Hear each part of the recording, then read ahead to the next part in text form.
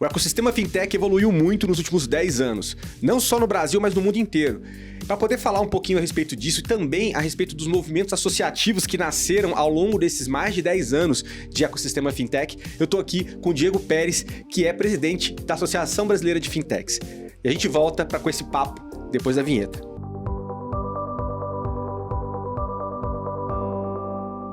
Olá pessoal, meu nome é Bruno Diniz, eu sou especialista em inovação no mercado financeiro e esse é o Fintech Talks Podcast, o seu podcast sobre inovação financeira, fintechs e afins. Hoje eu tô aqui com o meu amigo Diego Pérez, mas antes da gente começar o papo, aproveitando que até nos últimos episódios a gente vem falando bastante aqui do nosso patrocinador, que é a Microsoft com sua linha Copilot. A linha Copilot ela vem para simplificar a vida dos profissionais, dando mais produtividade no seu dia a dia. E além disso, a gente tem agora um lançamento recente da Microsoft chamado Copilot for Finance, ajudando a vida de quem trabalha na área financeira. A gente ainda, principalmente hoje, que a gente está na era dos assistentes e dos copilotos, né, você pode alavancar o potencial seu no seu dia a dia através de ferramentas de inteligência artificial generativa e a Copilot é uma excelente opção para isso. Se você quer saber mais a respeito disso, clica aqui no link nos comentários, aqui na descrição do vídeo ou do podcast, do áudio do podcast, e você vai poder saber mais sobre todo o potencial que a Copilot consegue destravar no seu dia a dia. Bom, Diego, prazer estar contigo aqui, cara. Prazer Diego Pérez, que é um amigo de trincheiras aí já de uns anos, e hoje está nessa cadeira, já há um tempo já na cadeira da B Fintechs, antes até como diretor. Cara, prazer estar contigo aqui, é sempre bom. Eu falei assim, que isso aqui é uma resenha que só faltou o álcool, mas a gente está aqui batendo esse papo para poder explorar um pouco exatamente algo que você tem vivenciado muito ao longo desses anos, né? Tanto a evolução de contexto regulatório. Eu recebi já a Alessandra Martins aqui, e que também é uma parceira nossa, e que também dentro dessas batalhas jurídicas esteve envolvida bastante. Mas você vivenciou, né? Porque você é advogado, você vivenciou essa batalha jurídica e ultimamente rodando muito o mundo também pela B Fintechs, falando e fazendo pontes do Brasil com o mundo, né? Mas, cara, obrigado. A gente vai falar bastante disso antes eu queria falar com você sobre um pouquinho da sua iniciação nesse ambiente, cara, fintech. Claro. Então, assim, eu não sei se antes da Startup Me Up teve alguma coisa nesse sentido, mas fica à vontade para contar pra gente. Não, aí. teve sim. Primeiro, obrigado pelo convite. Que isso, né? É um prazer estar aqui. Um podcast icônico aí do nosso setor. Boa. Então, eu comecei a minha carreira na área jurídica mesmo como advogado, né? E fazendo um resumo, assim, né? Comecei muito cedo, trabalhando numa seguradora, depois eu fiz estágios, programas de trainee, passei por escritórios, e minha última passagem foi no escritório de advocacia, que o foco era direito digital. Ou seja, né, a maioria dos contratantes do escritório eram empresas de tecnologia. Que ano era isso? Isso entre 2011 e 2014. Ah, legal. Tá? Foi o tempo que eu estive nesse escritório. E teve uma célula que foi criada lá no escritório para atender bancos, né, instituições financeiras, com esse foco de inovação e tecnologia. Uhum. E à época a gente recebia os pedidos de pareceres, os mais inovadores possíveis, né? Ou alguns casos a serem solucionados que ninguém conseguia tocar naquele assunto, a não ser esse escritório que eu trabalhava. Cortando mato mesmo, inclusive de coisa Exato, que estava muito nova, né? Então eu tive meu primeiro contato com Bitcoin, foi lá por esse escritório mais ou menos em 2012, sabe? Alguns bancos pediram parecer sobre peer-to-peer lending, crowdfunding, como que esse mundo ia desenrolar daqui para frente, né? Sempre com um ponto de vista jurídico, regulatório, né? E então eu comecei a me apaixonar por esse setor, por esse segmento, quando as finanças digitais encontravam o direito de alguma forma, né? Sim. E as fintechs, ela é uma atividade que tem um peso regulatório muito forte, assim, sabe? Então, eu já assisti algumas apresentações de pessoas falando que não existe outro segmento mais regulado do que o mercado financeiro. Talvez o médico. Não, você pode trazer todos. A indústria química, aviação civil, agronegócio, não existe. Porque são regras que são muito dinâmicas, se modificam semanalmente. Tem questões contábeis que você acaba puxando também para esse universo. O peso sistêmico é muito grande também, muito, né? De risco muito sistêmico. Grande, exatamente. Então, o meu primeiro contato foi nessa época. E eu lembro que um grande banco contratou o escritório para a gente redigir um legal paper, né, uma opinião jurídica, falando sobre quais eram os segmentos de fintechs existentes naquele momento e quais poderiam ser uma ameaça, né, para esse banco contratante. E aí eu fui encarregado para escrever esse parecer e elaborei assim as pesquisas, coordenei o time para fazer as pesquisas, Mergulhou no tema. E comecei assim ficar vidrado no assunto. E aí, coincidentemente, acho que foi aquelas convergências do universo, né? Eu estava numa mesa de bar com 2 amigos meus que estudaram comigo na época do ensino médio, né? E eles falaram assim, a gente está pensando em montar algum negócio, né? Para tentar conectar as pontas, investimento em startups e tal. E eu tava com o crowdfunding muito preso na minha cabeça ainda por causa do trabalho que eu tava em desenvolvimento ainda, né? Eu falei assim, olha, existe o crowdfunding e tal, por que a gente não tenta seguir esse caminho? Eu posso ajudar vocês, pelo menos na questão jurídica. E aí a gente começou a se encontrar, se reunir na casa de um desses sócios para tentar desenvolver o modelo de negócio, tentar colocar de pé, tentar fechar parcerias com quem já estava fazendo isso em outros países e etc. E aí surgiu a Start Me Up na época, né? Sim, que ano que foi a Start Me Up, cara? A gente nasceu em 2013, sim, né? Só que eu ainda estava na advocacia, meus sócios ainda estavam no mercado. E a gente acabou lançando o serviço só em 2015. Né? Que foi o ano que a gente se conheceu também. Foi, mais ou menos, foi nessa época. Talks, exatamente. Em formato evento, né? Mas exatamente. Que legal, né? Só que em 2014 eu fiz a virada de chave, né? Eu saí da advocacia e foquei full time no lançamento do serviço. Eu e mais um outro sócio. Então ele estava incubado nesse período, né? Estava incubado, né? Explica rapidinho o que a Start Me Up fazia, cara. A Start Me Up é uma plataforma de crowdfunding de investimentos, né? O que é o crowdfunding de investimentos?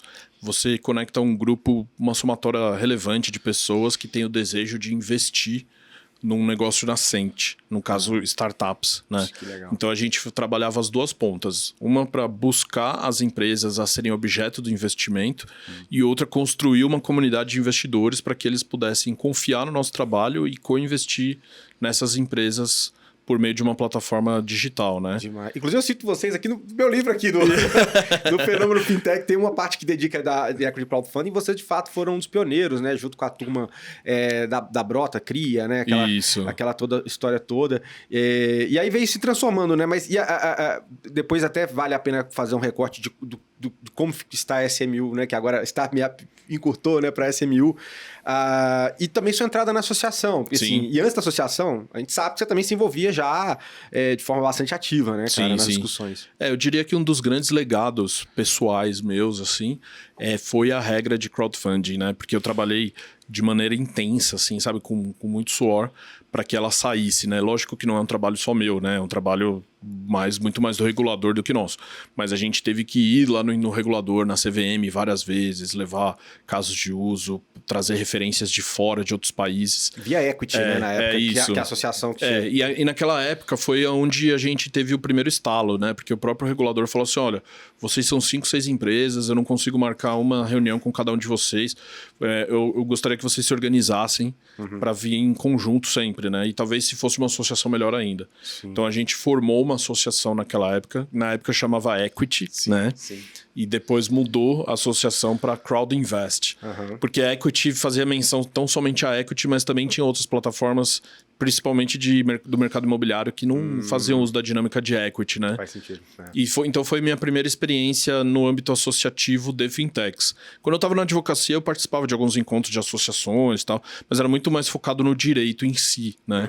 Aqui não, aqui era negócios, né? Desenvolvimento de negócios. Sim. Então foi a minha primeira experiência no âmbito associativo. Que legal, cara. E mais ou menos na mesma época começaram a vir as reuniões que deu origem à BFintex, né? Sim. Que algumas reuniões aconteciam ali na Plug and Play, né? Sim. Em Pinheiros. Você participou dessas? A primeira de todas foi aquela que a gente... Que era uma discussão bem inicial, se ia ter, como é que ia... Se ia juntar com a BFintech, com as startups. Mas eu achei, assim, fico muito feliz de ver os caminhos que tomou e a maturidade de tudo isso, né, cara? Sim. E você tá lá como diretor desde quando mesmo que você... Eu entrei como diretor em 2018, mais ou menos. Mas essas reuniões aconteciam em 16 para 17. Essas reuniões foram 16, cara. 16 para 17, porque a BFintex ela foi primeiro formada em 2016, mas o estatuto foi registrado em 2017. Sim, né? sim. E nessa época eu era presidente da outra associação, da Crowd Invest. Né? Sim, sim. Eu até recebi o convite, né, da turma que estava mais à frente lá para fazer parte. Falei assim, olha, eu não consigo estar em 2 associações ao mesmo tempo. Sim. Eu prefiro focar lá na Crowd Invest, que a gente tinha um desafio grande, porque a regra ainda não existia, Sim. mas estava em construção, consulta pública e tal. Tem que meio que desarticular o trabalho ali. Mas eu falo assim, mas eu participo de todos os encontros aqui, pode contar com o meu apoio, as dificuldades que a gente vivenciou lá atrás, eu posso antecipar aqui para que não seja um atraso, um atoleiro e assim por diante, né? Só que aí depois eu tive um hiato na SMU nessa época, né? Sim. Eu fui participar de um outro projeto relacionado à tokenização de ativos. Acabei me afastando da Crowd Invest também, porque eu já tinha feito a conquista. A conquista é isso, né? né? É isso. E aí a BFintex reforçou o convite para eu fazer parte da diretoria. Sim. E eu primeiro entrei na diretoria em 2018. Ah, legal. Pô, então você passou de vários. Você tá na diretoria há um tempinho e tá com um mandato de presidência desde Eu tô no 2º mandato já. Legal. Então, em 2018, eu cumpri o finalzinho de mandato, né, de uma vaga que estava aberta lá na diretoria. Aí depois abriu o processo eletivo, né? A eleição para a próxima diretoria, eu me candidatei e fui eleito. Aí depois teve uma outra eleição. Aí eu me inscrevi como presidente, né? Formei uma chapa. Sim. E aí a chapa foi eleita. E depois eu fui reconduzido, né? Que legal. Em 2021. Então, 2022, na verdade. Então, assim, esse é o último biênio que eu tô, né? Sim. Que é o 24-25, né? Vai terminar em abril de 25. Posso dizer que Mais um ano. Esse foi o tempo que você mais trabalhou, né, cara? Trabalhei, cara. Porque assim, e aí que é um ponto interessante pra gente retomar sobre evolução de maturidade, né? De toda essa discussão.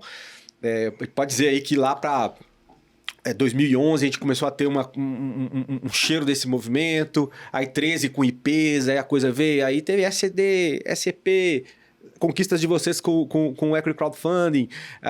Só que assim, quando a gente chega em 20, né, a gente tem Open Finance, aí a gente tem Pix, aí a gente tem preparando o caminho para a Drex, tem a questão dos recebíveis, né, escriturados, digitais. Então a gente começa a ter toda uma efervescência desse ambiente.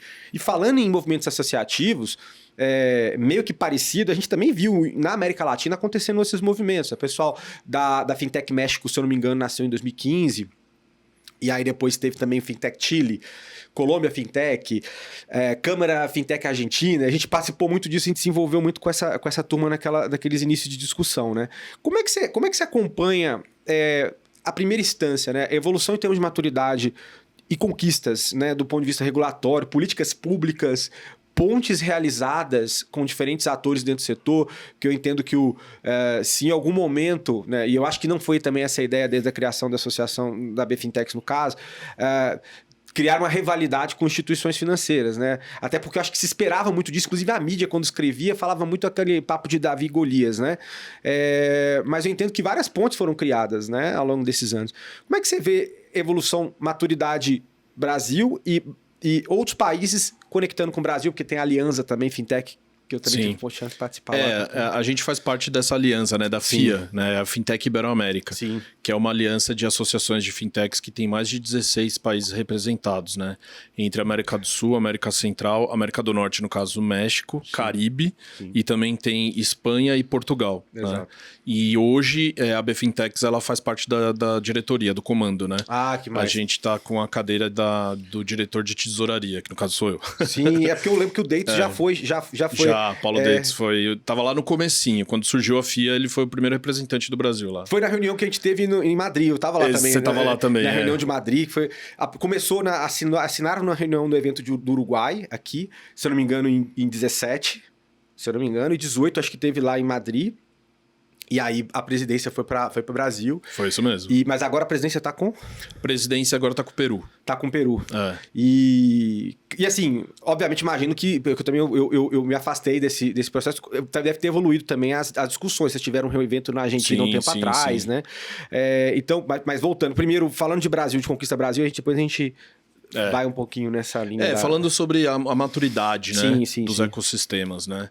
O Brasil avançou muito, né? E os outros países talvez não conseguiram acompanhar na mesma velocidade, mas assim, por N motivos, né? Não quer dizer que eles não se empenharam para isso, né?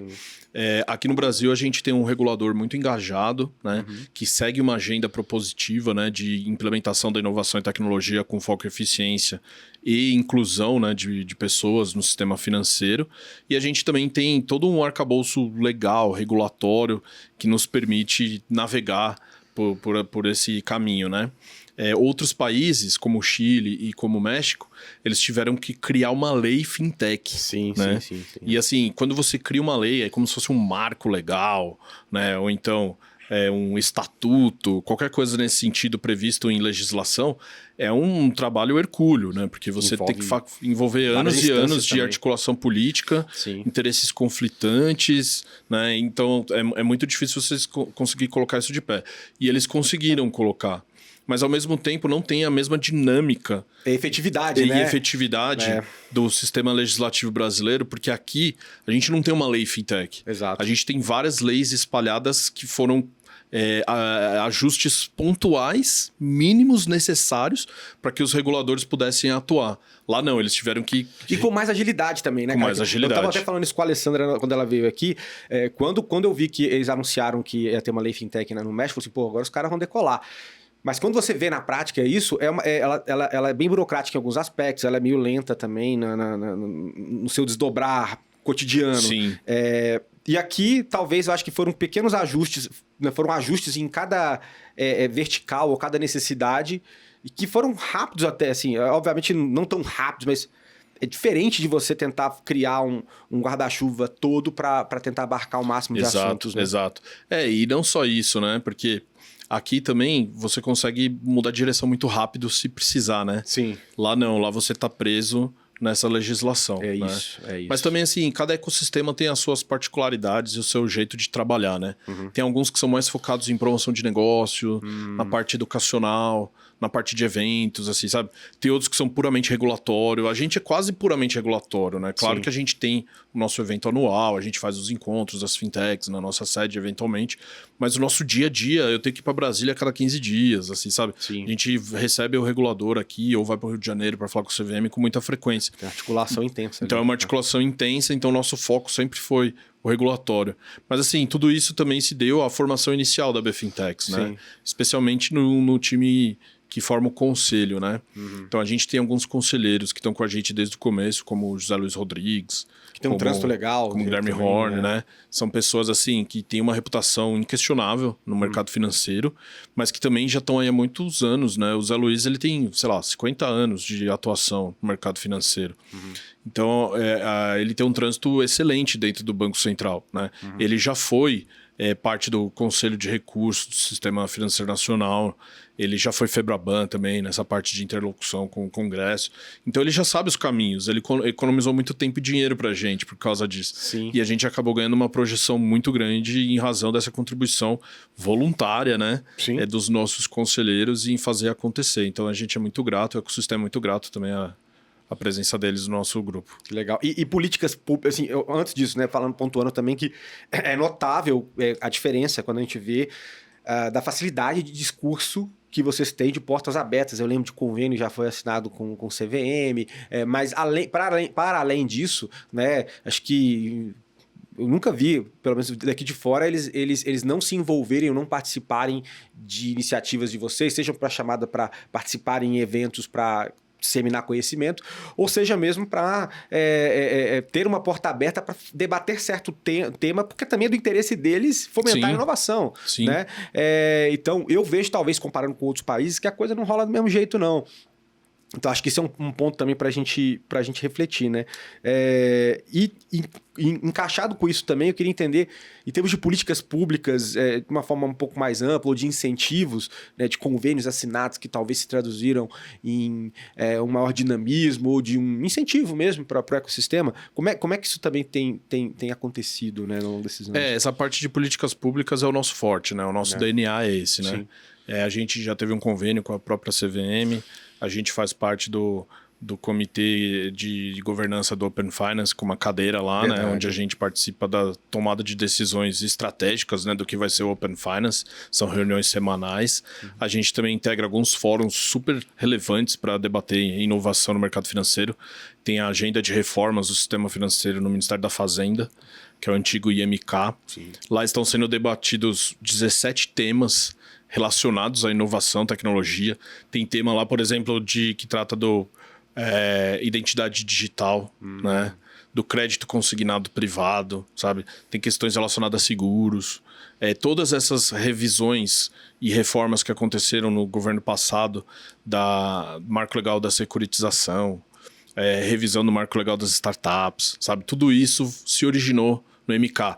Teve a lei da liberdade econômica, teve a lei do Doing Business Brasil para elevar o Brasil nos rankings de negócios do mundo. Então, tudo isso se originou nesses debates, né, de formação de políticas públicas que a AB Fintechs faz parte, obviamente com outras associações que a gente entende serem similares à nossa, né? Tem o pessoal da Zeta, Sim. Tem a Bipag, né? Mas é muito legal a gente ter essa extensão, porque na verdade é assim, saber que nós...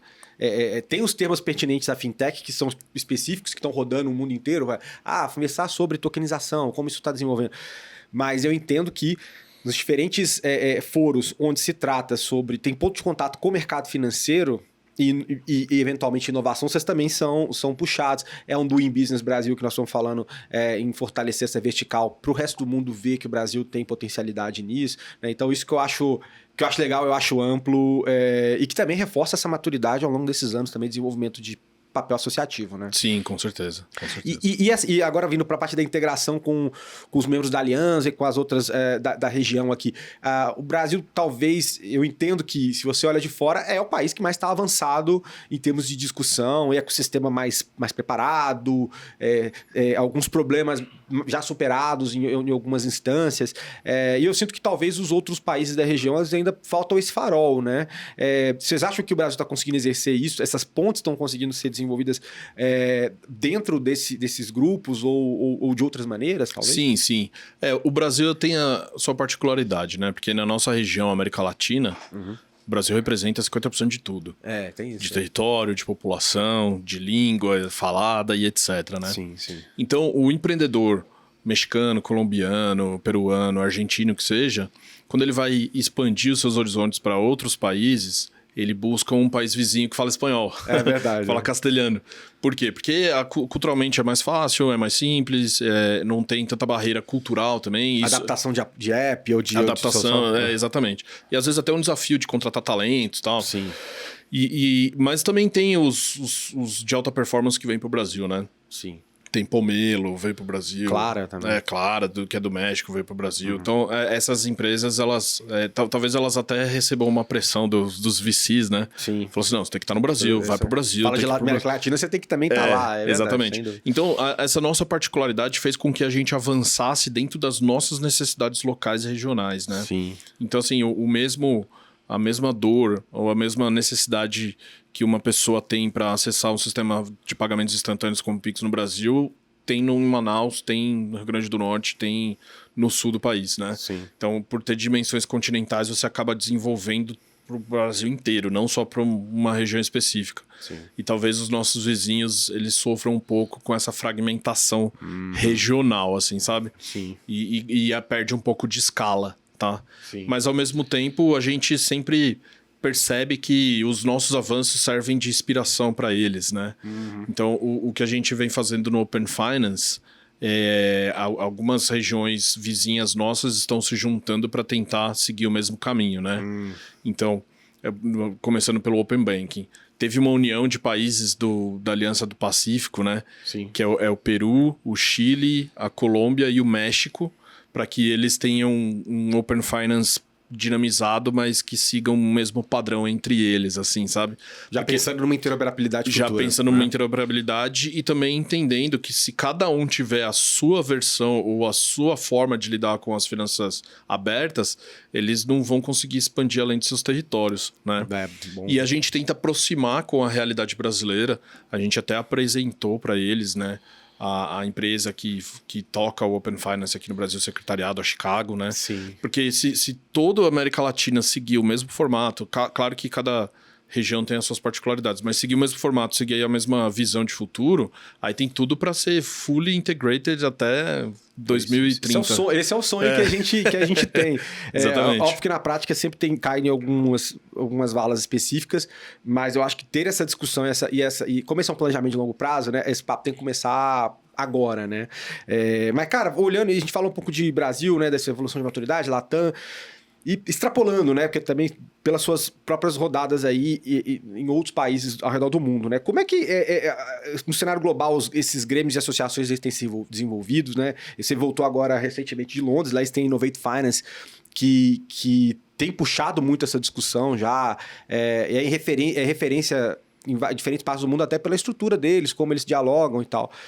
Acho que a gente também faz um trabalho legal aqui, mas eles vieram antes fazendo um trabalho interessante. Como é que você vê esse diálogo público-privado e praças como o próprio Reino Unido com o Innovate Finance? A gente tem a Europa, União Europeia como um todo, Índia, umas coisas desenvolvendo, China, Sudeste Asiático. Soltei um monte de país aqui, mas fica à vontade para trazer aqueles que você entende que são mais relevantes. Assim. Não, a BFintex ela ganhou uma projeção internacional, né? Principalmente do ano passado para cá, porque a gente foi listado, né, no Fintech Magazine, né, sim, que é um folhetim especializado em fintechs, como a 5ª melhor associação de fintechs do mundo, né? Legal. Eles prepararam uma lista das 10 mais representativas, a gente ficou em 5º lugar. Boa. E a gente ficou à frente, assim, de Estados Unidos, União Europeia, assim, sabe?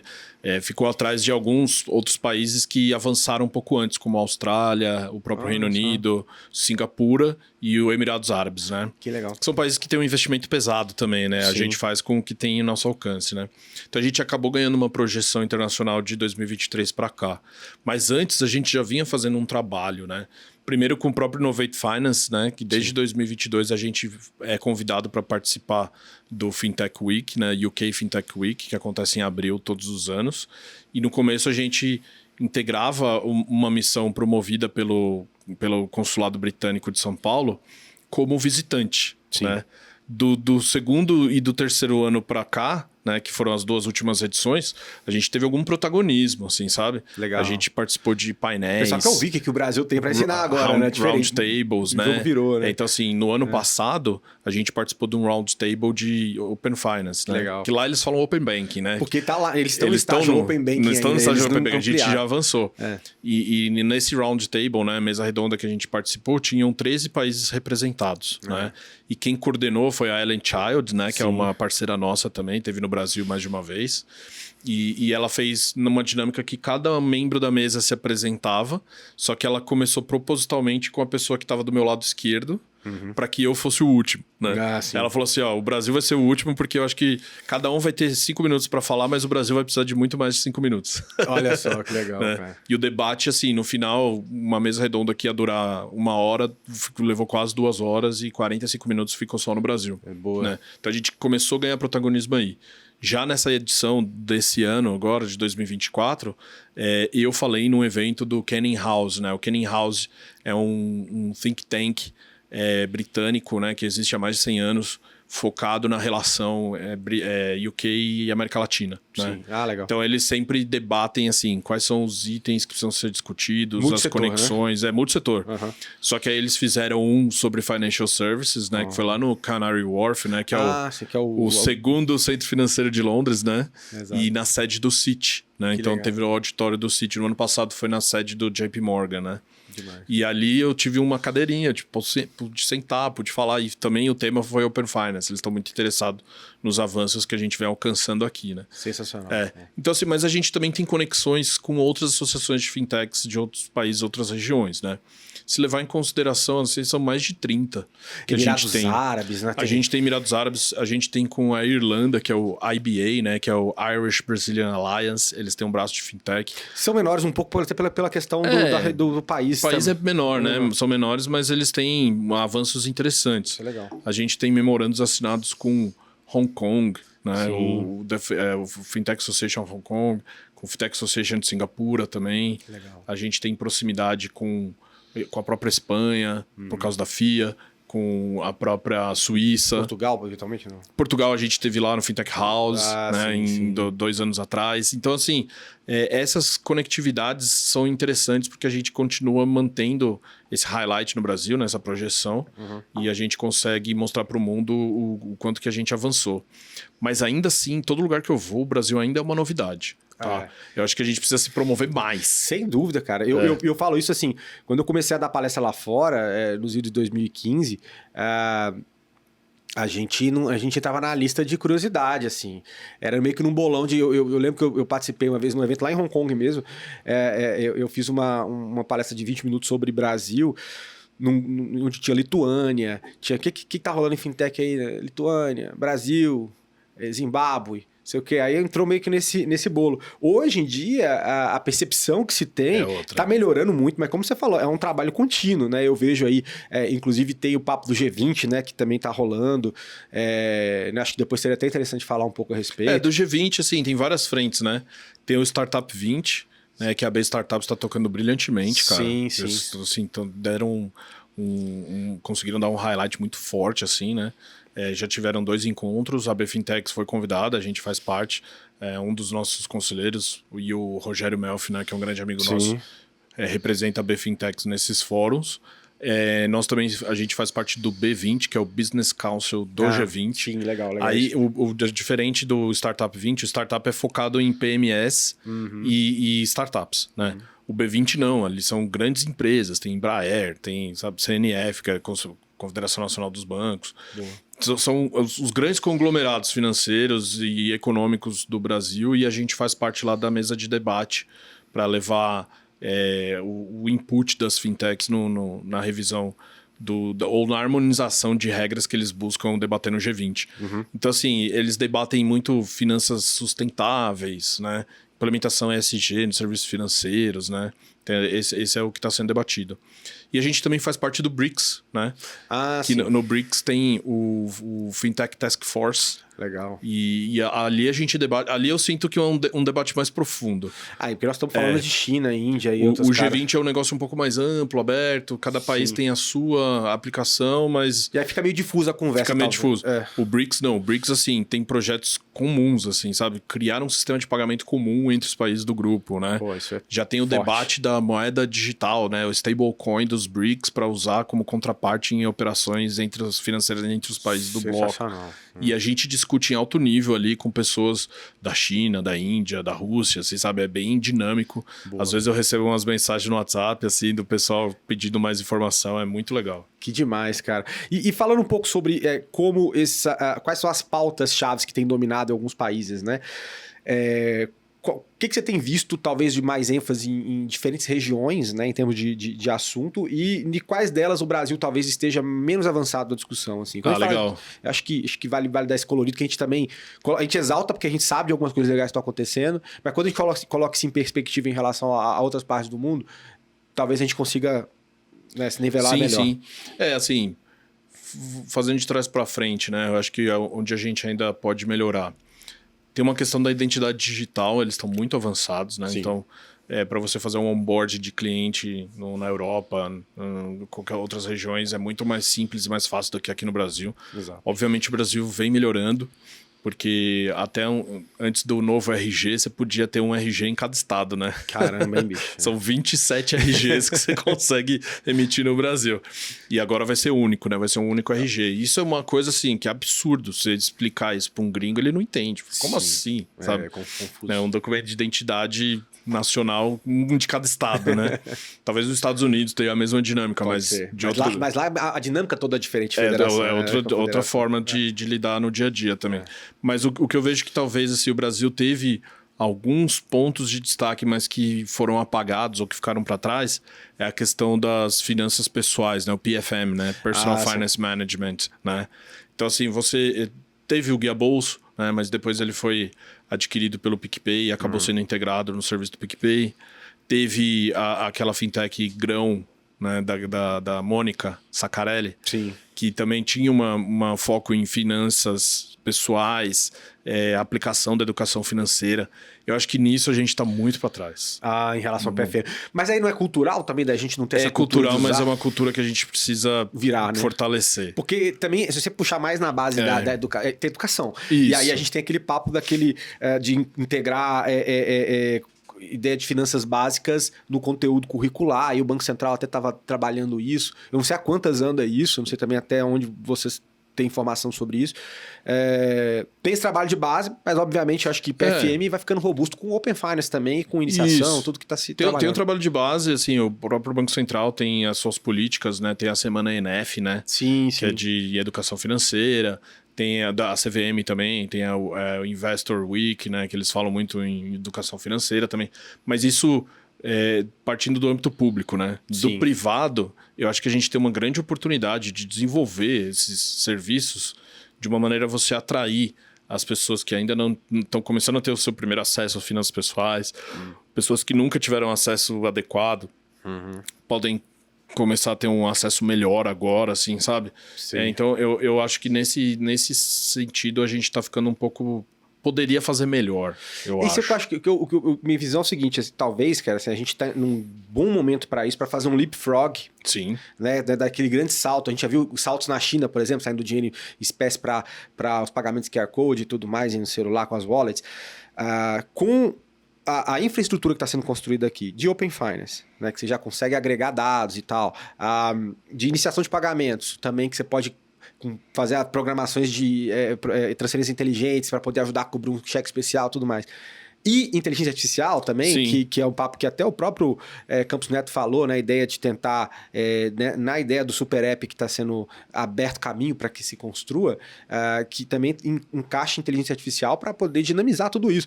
Então a gente tem meio que uma espécie de consultor ali, né? Assistindo o consumidor também, né? Eu acho que a inteligência artificial é o molho secreto de tudo isso, assim, sabe? A partir do momento que a gente tem assistentes pessoais, né? Que conseguem identificar padrões e de uma maneira calibrada com seus interesses, né? Sim. Pode te ajudar nas conquistas pessoais, aí a gente vai conseguir implementar essa cultura no brasileiro de maneira efetiva. Porque assim, eu recebi lá na BFintex recentemente um pessoal de Singapura, né?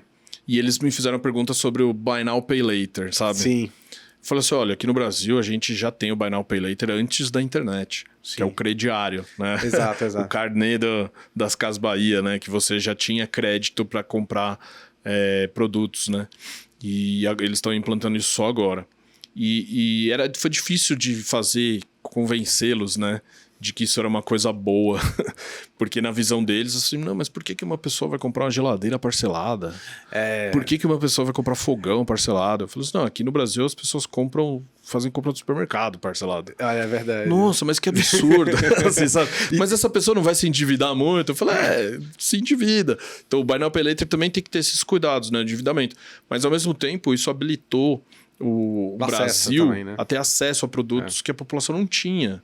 A desenvolver a indústria brasileira, a desenvolver o varejo brasileiro, assim, sabe? Também tem que olhar os dois lados da moeda, né? Sem dúvida. Eventualmente, assim, a população brasileira as famílias brasileiras estão endividadas, sim, mas a gente consegue solver esses problemas com o uso de ferramentas como essas. E é interessante, né? Porque quando a gente fala, você acabou de falar de Buy Now, Pay Later, né?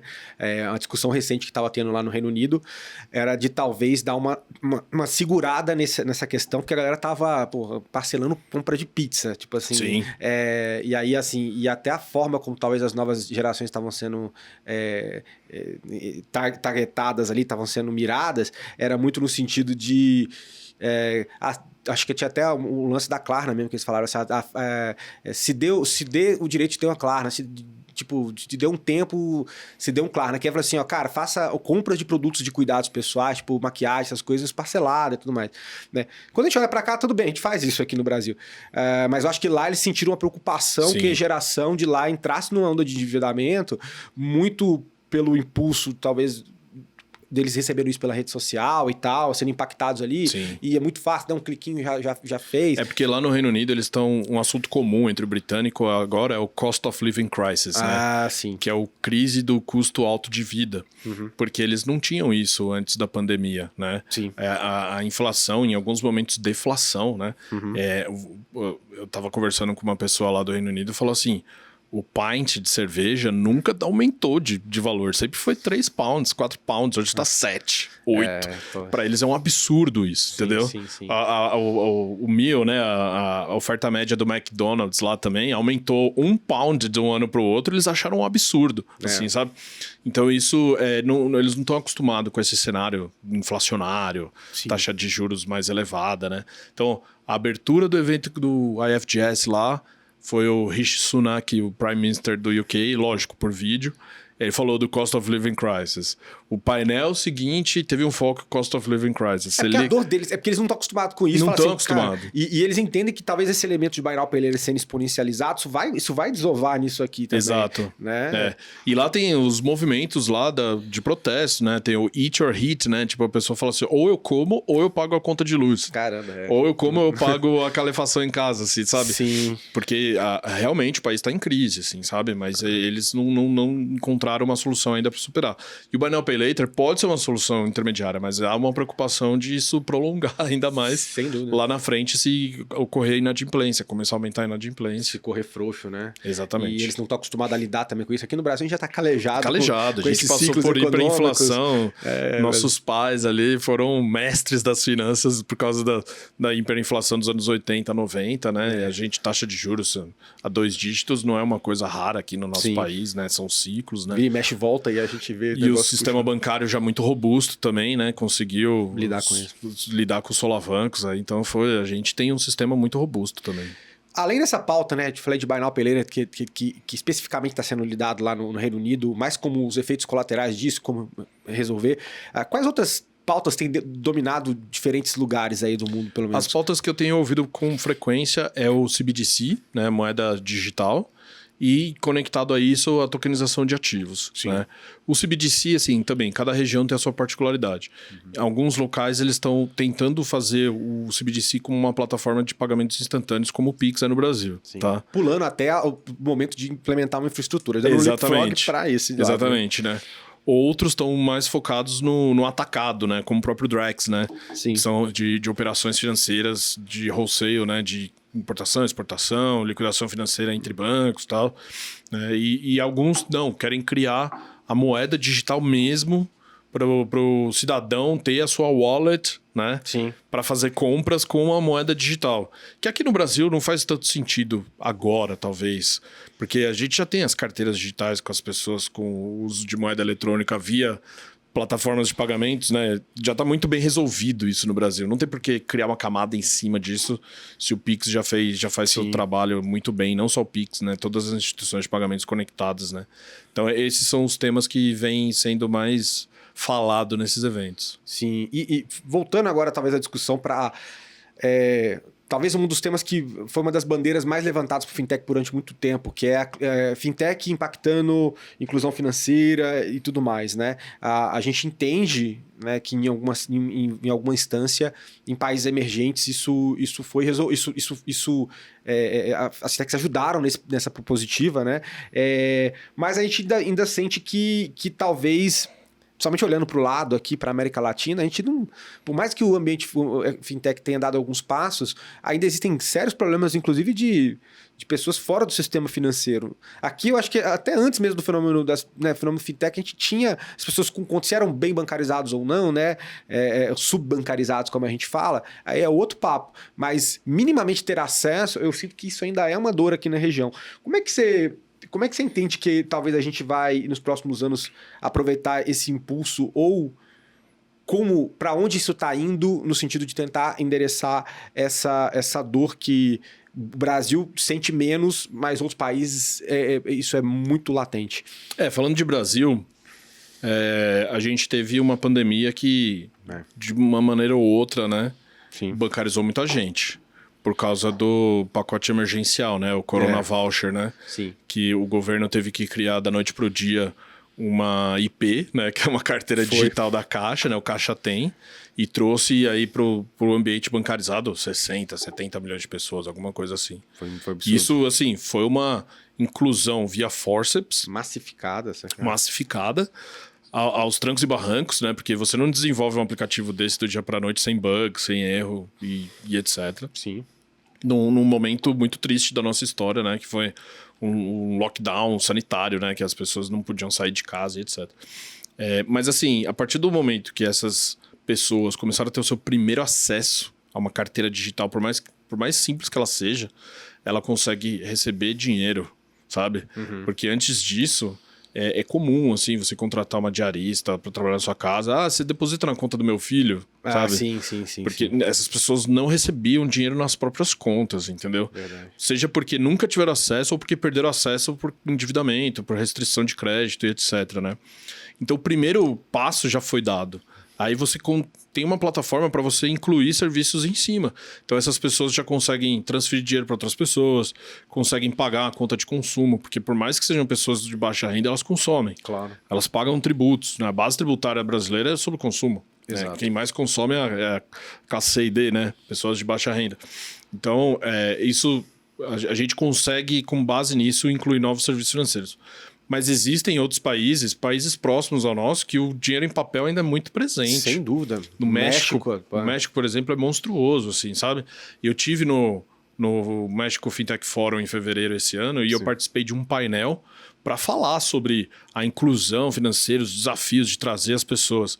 E lá, quem está tendo um papel-chave na inclusão financeira para reduzir o uso do dinheiro em papel é o Walmart, que é uma rede de supermercado. E a Oxxo também, né? A Oxxo também, porque eles têm o wallet deles, né? Sim, exato. Então, aí ele consegue entregar um serviço que ele consegue usar fora do Walmart, mas que no Walmart tem N benefícios, porque o supermercado é o ponto comum de encontro das pessoas de qualquer classe social e renda. E aí entendeu? vira meio que o ponto cash in, cash out também. Cash in, cash out, exatamente. E aí meio que faz o link, né? Que falta ali, né? Interessante. Exato. A Argentina também, a Argentina está fazendo um uso intensivo agora de cripto, stablecoin, né? Sim. Talvez a situação tenha mudado um pouco, né? Com essas reformas que estão sendo colocadas pelo novo governo. Mas na época que eu tive lá, se você não detinha dólar, o seu patrimônio era dilacerado pela inflação. Isso é verdade. Então é comum as pessoas, assim, mais básico acesso possível a serviços financeiros já saberem comprar dólar, e comprar lá mesmo stablecoin. O próprio estabelecimento aceita em dólar. Exato. Ele já fala assim, não, se for em dólar, ele já tem uma conversa comum entre as pessoas na mesa de bar, assim, qual que é a estratégia que você faz para você não perder poder de compra, entendeu? É isso aí. Eu tenho uma conta no Chile, eu tenho uma conta no Uruguai, deixo dinheiro lá, sabe? É verdade. Isso as pessoas lá já sabem fazer o uso das finanças pessoais de uma maneira muito interessante, inteligente às vezes. Mas eu vejo alguns países, tipo Peru, que a coisa também, a parte de inclusão ainda é complicada, Bolívia. Aí se você entra em outros países que, obviamente, que o buraco, talvez, dos problemas é maior, né? Talvez a gente tenha uma estrada para poder percorrer para tentar resolver. Tem uma estrada, mas assim, o segredo não tem segredo, é engajamento político das lideranças políticas e também dos reguladores locais. Se o regulador não está engajado, nada vai acontecer. Isso é verdade. Eu estava até conversando com meu amigo Mariano lá da Argentina. O Bioca, né? Mariano Bioca. Sim. E ele falou assim, olha, o Banco Central da Argentina agora percebeu que se ele não fizer alguma coisa, nada vai acontecer. Então, remédio amargo pra caramba. Ele falou, então agora a gente está com um espaço muito legal para desenvolver coisas novas. Então eu queria marcar um bate-papo com você para a gente pegar um pouco da sua experiência no Brasil. Lida com o Banco Central, porque a gente vai começar a lidar com eles agora, que a gente não lidava. Exato. Porque eu não conseguia. Ele falou, eu não conseguia nem marcar uma reunião com eles lá. Agora eu consigo. Eu tive 23 lá para um outro projeto relacionado ao consulado britânico também, para falar de Open Finance. E assim, foi um trabalho também para a galera marcar com o Banco Central. E já tava meio que eles não sabiam como é que ia ser na eleição depois, se eles continuariam ou não. Então foi um papo meio assim, sem muito avanço. Foi um papo meio parecendo um papo de curiosidade. Mas agora, né, eles, obviamente, resolvendo os problemas mais latentes, que é problema econômico mesmo, inflação, assim, em conjunto a isso, uma modernização e uma melhoria que seja num sistema em termos de infraestrutura que ajude. Eu sei que eles têm algumas iniciativas de transferência 3.0 e tudo. Sim.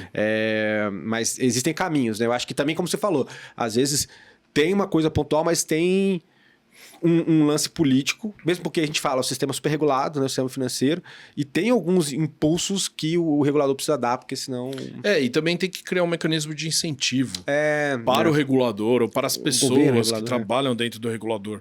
Porque assim, até um tempo atrás, se um servidor do Banco Central, do CVM que seja, ele apresenta uma proposta de inovação dentro da CVM, se aquilo dá certo, ele vai tomar um tapinha nas costas. Exato. Se aquilo dá errado, ele pode responder por prevaricação, que é um crime. Nossa, o incentivo é totalmente contrário. Então, por que eu vou querer inovar se eu não vou ser gratificado por nada? Só pode ser punido, é só downside, na verdade. Mas existe a real chance de erro, porque é inovação. Claro. E se errar, eu posso ir pro chilindroca. Que dureza, não, realmente. Entendeu? Então, você criar uns mecanismos de incentivo, tipo um sandbox regulatório, entendeu? Um programa de inovação aberta, um lift da vida.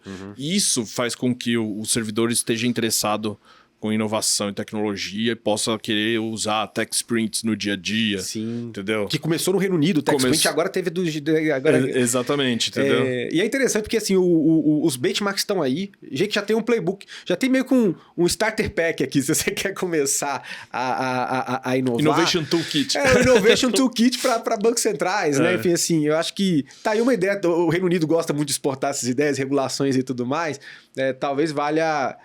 criar assim, olha, isso aqui é meio que um manual básico. Acho que tem vários papers sobre isso, mas enfim. Sim. Vale... Eu participei de uma reunião lá com o FCA, né, no Reino Unido, essa última ida pro UK Tech Week, e eles apresentaram, né, como é que eles lidam com a inovação. Sim. Cara, tem uma linha do tempo certinha, assim, sabe? Sim. Aí primeiro começa com o Emerging Technology and Research, né? Olha só. Aí depois tem o Digital Sandbox, né? Aí depois tem o Tech Sprints. Aí depois tem o Regulatory Sandbox.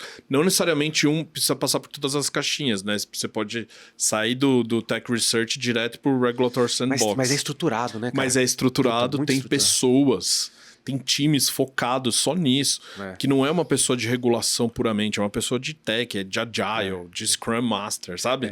Então é esse approach que o regulador tem que ter. Mas para ele implantar isso, tem que ter incentivo. Sim. Se não tiver incentivo... Fica essa dica. Eu acho que depois, se em algum momento eles tiverem esse interesse, que eles também têm esse papel de influenciar esses movimentos de inovação financeira, fica aí. Aqui no Brasil, a gente sofre com o básico, né? Que é o servidor ter uma carreira reconhecida, ter uma remuneração competitiva, assim, sabe?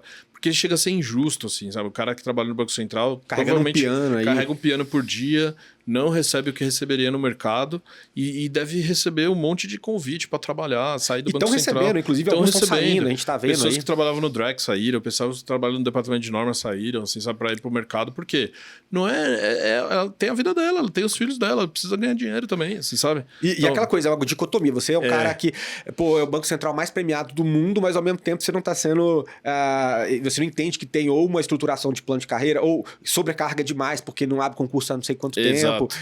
Então, o concurso que abriu agora não tapa o buraco do dente, não né? tapa, então assim, é complicado. Eu entendo as agruras aí, mas temos fé de que de alguma maneira a coisa se reverta, até porque a gente tá dando um show em nível global, né? E falando em dar show em nível global, né? Eu tenho uma tese assim que do jeito que a gente está estruturando as coisas aqui no Brasil, com tudo, né? Todas as peças de infraestrutura, de regulamentação, algumas coisas muito bem já acertadas, né?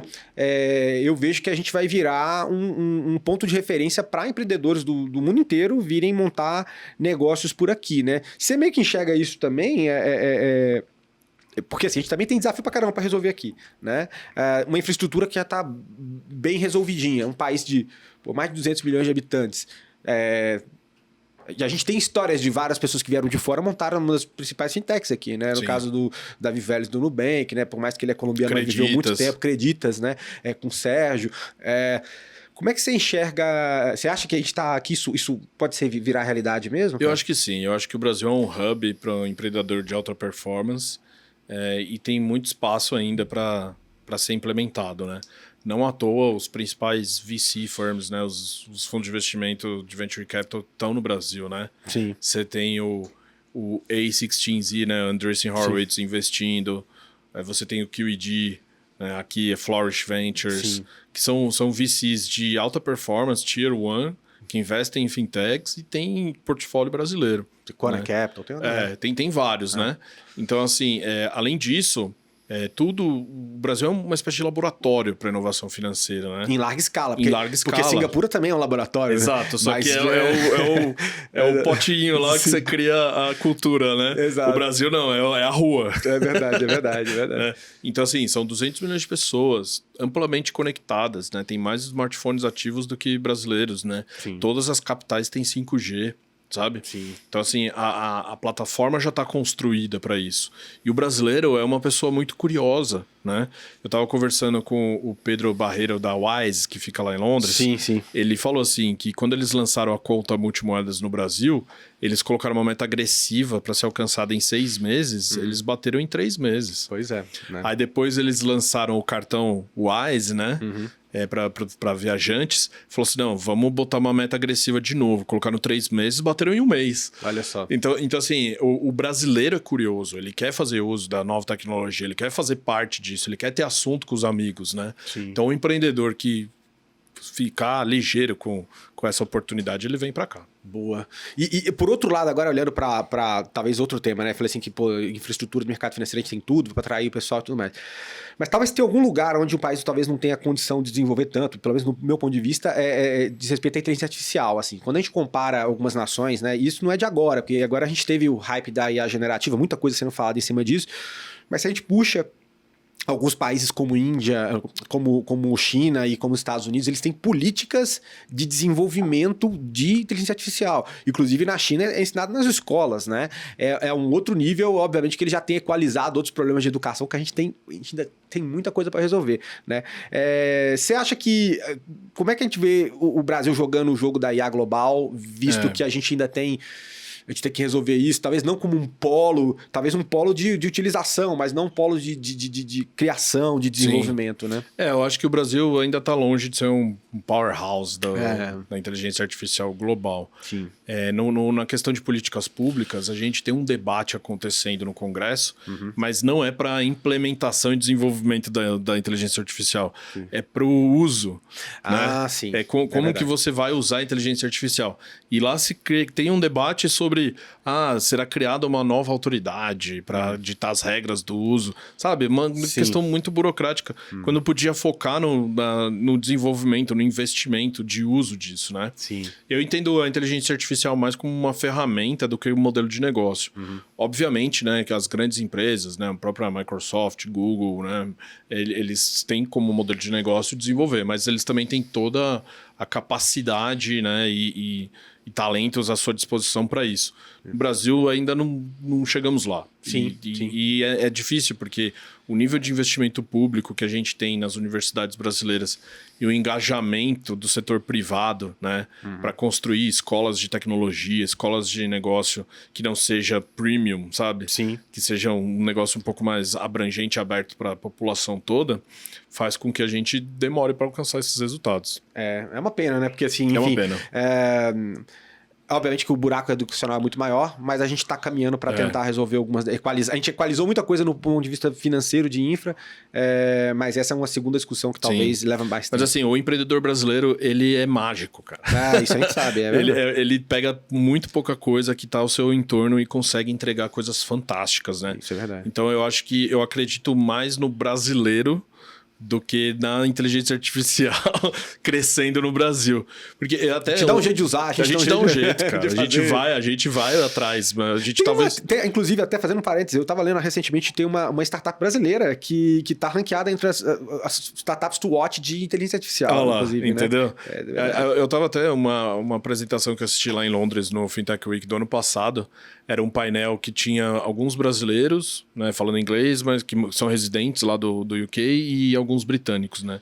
E um brasileiro, ele mencionou assim, qual que seria o time perfeito para você desenvolver uma fintech ou uma empresa de tecnologia no Reino Unido, né?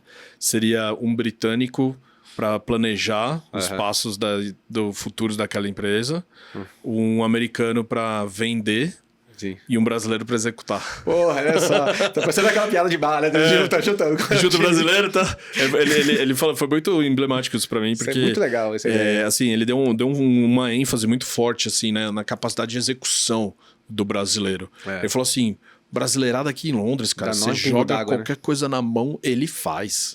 Ele faz a mais do que você pediu. E não é assim, uma a mais que não precisava, era uma a mais que você não enxergou.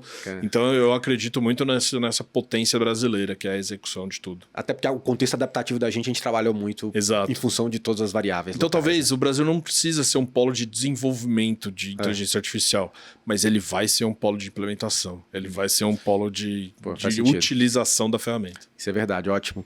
Meu cara, a gente está chegando no final, o papo é sempre muito bom aqui, a gente perde até um pouco o tempo, na noção do tempo, mas eu sempre peço umas considerações finais, uma mensagem que talvez você queira plantar aí na mente da nossa audiência, daí fica à vontade também para usar aqui a câmera fechada para falar com eles, mas enfim, considerações ou dicas, o momento é teu. Tá. Eu queria dar uma dica de leitura, pode ser? Pode, vontade. Eu tô lendo o livro do Chris Skinner, Intelligent Money. Boa. É um livro que ainda não tem na versão impressa, né? Talvez já tenha lançado na versão digital, mas eu fui agraciado porque eu fui no lançamento do livro lá em Londres, né? Intelligent Money. O livro, assim, tá me prendendo muito legal. É uma recomendação de leitura. Acho que o Chris Skinner é alguém que olha muito bem, né, para inovação nos serviços financeiros, e quem trabalha com serviços financeiros, seja digital, seja analógico, tem que ter na sua cabeceira um livro dele, assim, né? E também que vai ter o nosso evento FinTouch em setembro, dia 13 de setembro. A gente já está com o primeiro lote aberto. O lote promocional, que era o mais barato de todos, esgotou em poucos dias, né? Então a gente já está esperando uma audiência muito boa esse ano. Convido a todos a fazerem parte desse evento que vai acontecer em setembro. Quanto antes você reservar o seu ingresso, mais barato você vai pagar. Maravilha, meu caro, sensacional. Espero que a galera vá em peso aí no evento. Mais uma vez, obrigado pelo esse papo. E para você que está aí ouvindo a gente no podcast, espero que tenha gostado. Se você gostou, não esquece de deixar seu like, também deixar um comentário para que a gente possa, inclusive, pensar em próximas pautas, né? E se inscreva no canal para ter mais conhecimento e mais discussões como essa, todas as quintas-feiras, às 19 horas. Grande abraço e até a próxima.